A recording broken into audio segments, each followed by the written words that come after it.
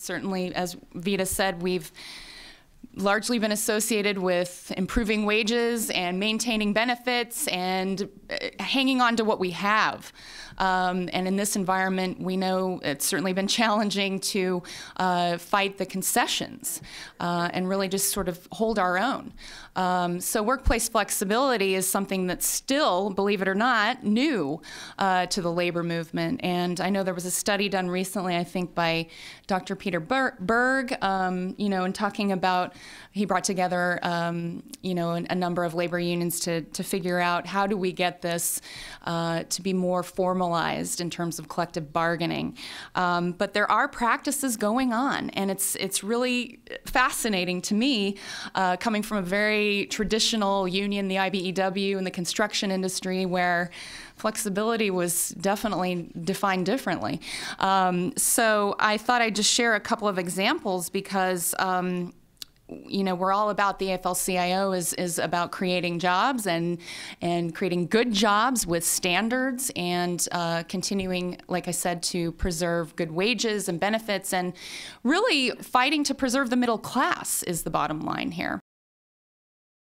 With young workers, this is a top priority because they're working differently. And we in the labor movement have had a very traditional setup, let's be honest, that we've had largely full-time jobs in industries where people worked for long periods of time. And so we're just now starting to think about how do we adjust and how can we start looking at creative ways to set up bargaining arrangements for freelance workers who are working behind a computer in their pajamas in their homes.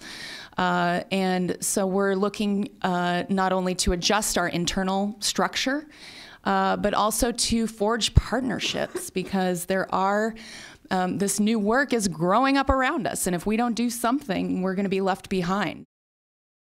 We're at a pivotal moment in the labor movement and in this country, really. And Mary Kay said it best, actually, is what kind of country do we want to live in? Do we want to continue to, downgrade jobs and pay people less and continue to erode full-time employment, making temporary part-time jobs that people have to piece together, 3 jobs in order to make it? So I would say it is our inclination probably at this moment to be on the defensive, and we talked about that, and certainly just our mere survival is what's on our minds right now.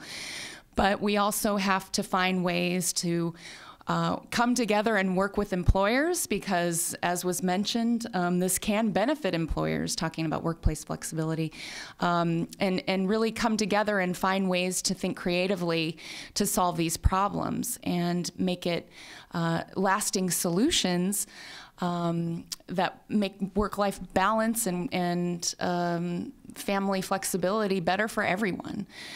So I'm very committed and I'm very excited about this, and I know it's something that, as I said, is still somewhat new and probably not at the top of our priority list, to be honest, right now. But I want to continue to push forward on it and make sure that we elevate the issue and continue to educate people that it is something that we should be prioritizing in our collective bargaining.